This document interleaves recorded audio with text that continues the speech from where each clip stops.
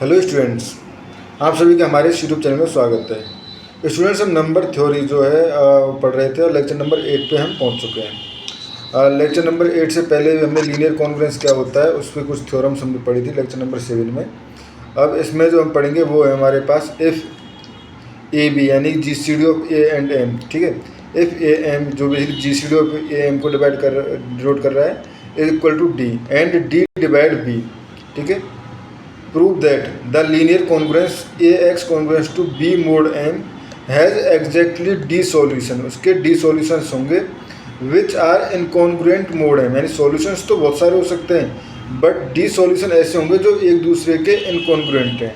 ठीक है, तो इसको हम प्रूफ करते हैं। ठीक है स्टूडेंट्स, हमारे पास गिवन क्या है, the given linear congruences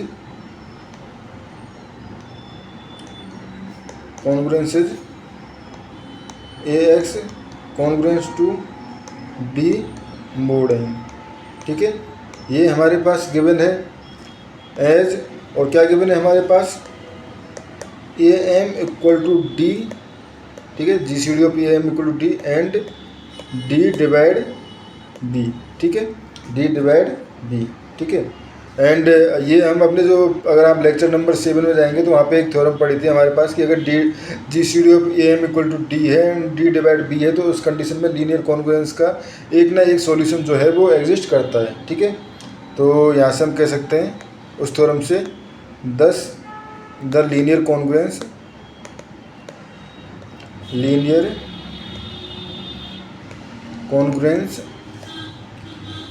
A X congruence to B mod m। ठीक है, ax congruence to b mod m has a solution. ठीक है, हैज़ अ सॉल्यूशन। ठीक है, साथ में इक्वेशन नंबर भी डाल दिया जाओ स्टूडेंट। ठीक है, इसको इक्वेशन नंबर 1 डाल दिया हमने, हैज़ अ सॉल्यूशन से x0। ठीक है, लेट हमने उसका x0 सॉल्यूशन ले लिया तो a x0 congruence to b mod m। ठीक है, a x0 congruence to b mod m। ठीक है, इसको हमने इक्वेशन नंबर 2 दे दिया। ठीक है, तो यहाँ से हम अगर इक्वेशन नंबर 1 - 2 करना चाहें, सॉरी 2 - 1 करना चाहें, 2 - 1 करना चाहें तो देखो ये हो जाएगा हमारे पास a x0 minus A X congruence to, ठीक है, दोनों यहाँ पे b और b दोनों है तो 0 mod m। ठीक है, ये हो गया। ये स्टूडेंट्स जो ये माइनस है, सब्ट्रैक्शन है, ये तभी पॉसिबल है जब मोड एम सेम हो, अगर डिफरेंट होगा तो ये पॉसिबल नहीं है। ठीक है, तो यहाँ से आ गया हमारे पास a x0 minus X congruence to 0 mod m, और यहाँ हम क्या कह सकते हैं, m divide a x0 minus x. ठीक है, now it is given that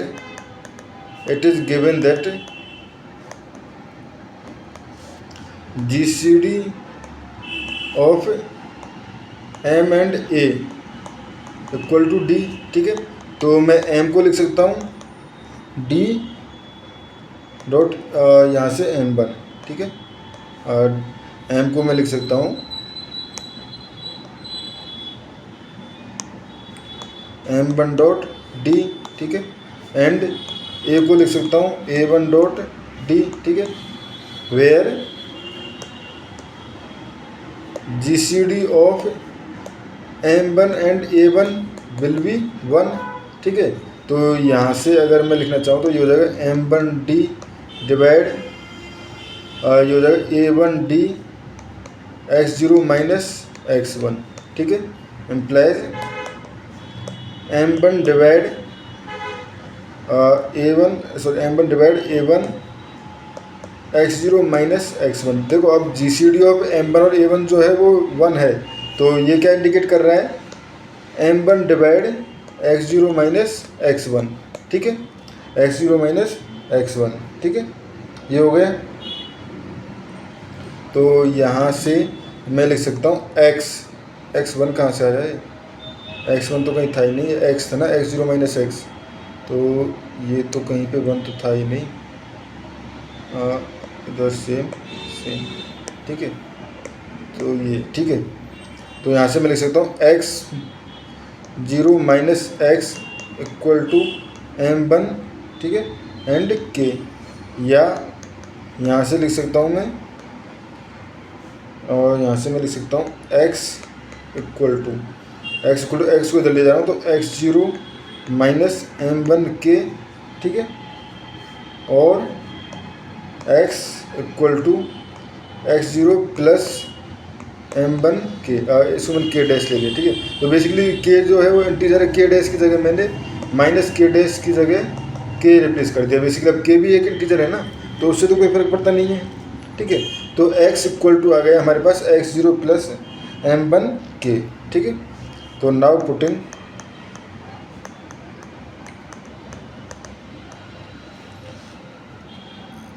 k equal to 0 1 2 dot dot d minus 1, ठीक है, क्योंकि d माइनस 1 तक पुट करेंगे तो हमारे पास इसके सॉल्यूशंस तो आएंगे, यानी k की वैल्यू वैसे इंटीजर पे हमारे पास हर इंटीजर के लिए एक सॉल्यूशन आएगा, ठीक है। तो ये हमारे पास ले लिया हमने, यहाँ पे बेसिकली ये कितने हो गए, टोटल d हमने सॉल्यूशन ले लिया ना स्टार्टिंग के। अब ये हो गए हमारे पास x equal to x0 plus m1 x0 plus m2, ठीक है, x0 plus 2m1,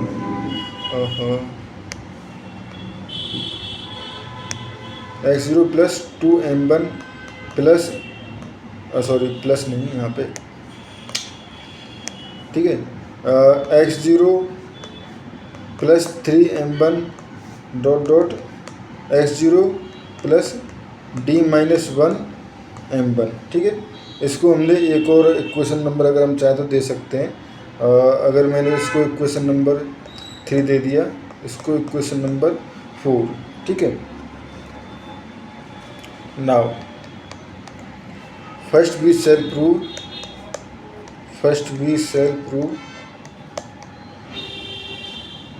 prove that 4k greater than equal to d, 4k greater than equal to d in solution 3, ठीक है। The solution will be obtained are repeated, ठीक है। अगर हम k equal to 1 के greater than d के लिए value put करेंगे तो उस कंडीशन हम प्रूव करेंगे कि ये जो सॉल्यूशन है वो रिपीटेड होंगे, ठीक है। And one of the d solution as obtain in 5, ठीक है। जैसे 5 में हमने 4 में जो सॉल्यूशन है उनके अकॉर्डिंग ये ऑब्टेन किए जाएंगे, ठीक है। तो यहाँ पे by division algorithm,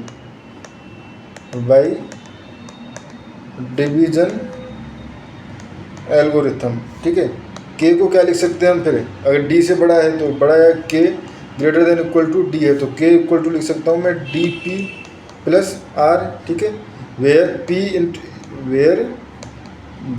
p is any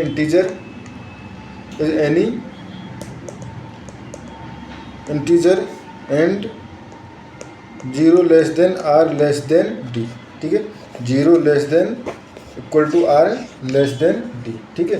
तो यहाँ से हमारे पास हो जाएगा x, ठीक है। तो बेसिकली क्वेश्चन नंबर 3 में जो है हमारे पास क्या है, x equal to x0 plus m1k, तो ये हो जाएगा x equal to x0 plus, ये हो जाएगा हमारे पास m1 और k की जगह dp प्लस r, ठीक है। तो ये हो जाएगा हमारे पास x0 plus m1 dp plus m1 r, ठीक है, m1 dp plus m1 r equal to x0 plus m, अब देखो m1 तो m1 एंड d, तो बेसिकली m ही है ना, क्योंकि हमने डी डिवाइड एम माना था ना, और उसी के लिए हमने ये M1 इक्वेशन अगर देखें हम, कौन सी इक्वेशन है, कहाँ पे, यहाँ पे, यहाँ पे, यहाँ पे, ये वाली इक्वेशन, ठीक है। तो इस वाली इक्वेशन की हेल्प से, इस वाली इक्वेशन की हेल्प से ये हो जाएगा हमारे पास एम पी, ठीक है, M P plus M1 R, ठीक है। तो यहाँ से मैं कह सकता हूँ x minus x0 plus M1 R, ठीक है, x minus x0 plus M1 R equal to MP, ठीक है, implies M divide x minus x0 plus M1 R, ठीक है। M जो है वो डिवाइड कर रहा है x0 प्लस M1 R को, ठीक है। But by definition of congruence, ठीक है, कॉन्ग्रुएंस की डेफिनेशन क्या कह रही थी हमारे पास, x congruence to x0 plus M1 R, x0 plus M1 R, और हो जाएगा मोड M, ठीक है, यहाँ 0 less than R less than equal to D minus 1, ठीक है। तो x0 प्लस M1 R, और यहाँ पे देखो x0 प्लस M1 R, अब ये जो सब वैल्यू है बेसिकली ये इन्हीं में से है, ठीक है, ठीक है। तो यहाँ से कह सकते हैं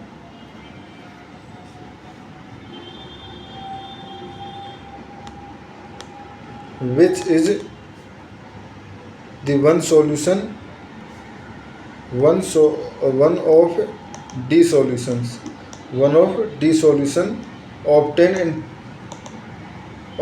in इक्वेशन 4, ठीक है। इक्वेशन 4 में जो सॉल्यूशन ऑब्टेन किए गए तो उन्हीं में से है, ठीक है, इन्हीं में से। अब हम शो करेंगे कि ये सॉल्यूशन जो है, देखो k ग्रेटर देन D के लिए तो एक ना एक कॉन्ग्रुएंस मिल गया, ठीक है। अब हमें शो करना है कि इन सॉल्यूशन में से कोई भी एक दूसरे के कॉन्ग्रुएंस नहीं है, ठीक है। Now we prove that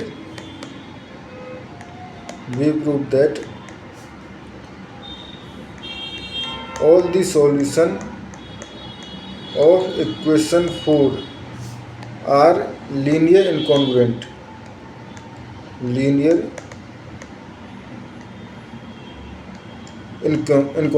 ठीक है, to mode M।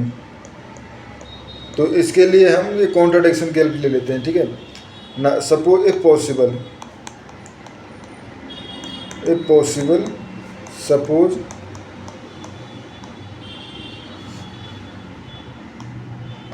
x0 plus M1 K, ठीक है, M1 K1 congruent to x0 plus M1 K2, ठीक है, मोड है। यानी हमने सपोज कर लिया कि ये एक दूसरे के कॉन्ग्रुएंट्स है, ठीक है। तो उस कंडीशन में ये क्या हो जाएगा हमारे पास, ये हो जाएगा हमारे पास x0, इसका मतलब बेसिकली ये क्या इंडिकेट कर रहा है हमारे पास, M divide x0 minus M1 K1, ठीक है, minus x0 plus M1 K2, ठीक है। तो इसको सॉल्व करेंगे तो ये इंडिकेट कर रहा है M डिवाइड ये हो जाएगा हमारे पास M1 कॉमन ले लेंगे, ठीक है, M1 कॉमन ले लेंगे तो ये x0 से x0 कट जाएगा, M1 कॉमन ले लेंगे तो ये हो जाएगा हमारे पास देखो माइनस एंड माइनस यहाँ पे भी आएगा, ठीक है। तो माइनस साइन से कोई फर्क नहीं पड़ेगा, माइनस भले यहाँ ले लो भले अंदर ले लो, या माइनस को हटा दो, ठीक है। तो M1 डिवाइड K1, ठीक है, M1 डिवाइड K1, स्टूडेंट्स यहाँ पे ये प्लस है ना, ये प्लस है, देखो ये प्लस है यहाँ पे, ठीक है। तो ये basically K1 minus K2, M1 divide M1 K1 K2, ठीक है।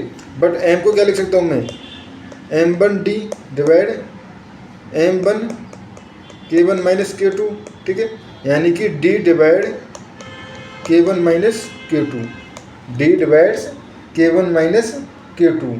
क्या ये पॉसिबल है कि D डिवाइड्स K1 और K2, क्योंकि देखो अगर K की वैल्यू की बात करें हम, ठीक है, K की वैल्यू की अगर हम बात करें तो के की वैल्यू कहाँ से कहाँ तक है, यहाँ पे देखो के की वैल्यू इसके अकॉर्डिंग कहाँ तक है, d-1 तक, ठीक है। के की वैल्यू जो है 0 से d-1 तक है, ठीक है। एंड 0 लेस देन, ये लिख लो k1 less than d-1, 0 less than equal to k2 less than d-1, ठीक है। तो क्या पॉसिबल है कि k1 माइनस k2 को डिवाइड कर रहा हो, दो डिफरेंस को डिवाइड कर रहा हो, तो डिवाइड कब कर सकता है, only it is possible if and only if it is possible if k1 equal to k2, यानी ये अगर 0 हो तभी पॉसिबल है, अदरवाइज ये पॉसिबल है ही नहीं। तो इम्प्लाई d डिवाइड 0, ठीक है। And implies k1 equal to k2, ठीक है। k1 equal to k2 implies k1 and k2 are not different, ठीक है। यहाँ पे हमने क्या किया था, बेसिकली यहाँ पे आपको लिख के भी चलना है स्टूडेंट्स कि हमने यहाँ पे if possible two different element, ठीक है, अदरवाइज ये क्वेश्चन गलत हो जाएगा। टू डिफरेंट एलिमेंट या टू डिफरेंट सॉल्यूशंस, ठीक है। Two different solution are congruent to each other, ये आप लिख लीजिए, कॉन्ग्रुएंट टू ईच अदर, ठीक है। तो उस कंडीशन में ये हमारे पास एक कॉन्ट्रडिक्शन आ गया, ठीक है, एक कॉन्ट्रडिक्शन, ठीक है। Imply k1 x0 plus k1 m1 not congruent to x0 plus k2 m1 and mod है, ठीक है स्टूडेंट्स। तो हमें यहीं पे यही सॉल्व करना था कि हमारे पास विच इम्प्लाइज, देखो ये तो हमारे पास हो गया कि जो हमारे पास स्टार्टिंग के डी सॉल्यूशन थे वो इनकॉन्ग्रुएंट थे, ठीक है। तो implies only D solutions are incongruent to each other, ठीक है स्टूडेंट्स। तो उसके डी सॉल्यूशन जो हैं वो ही एक दूसरे के इनकॉन्ग्रुएंट हैं। इस वीडियो में स्टूडेंट्स इतना ही। नेक्स्ट वीडियो में कुछ क्वेश्चंस, कुछ एग्जांपल लेंगे, यहाँ पे हम सॉल्व करना सीखेंगे लीनियर कॉन्ग्रुएंस प्रॉब्लम्स को, ठीक है। Thank you.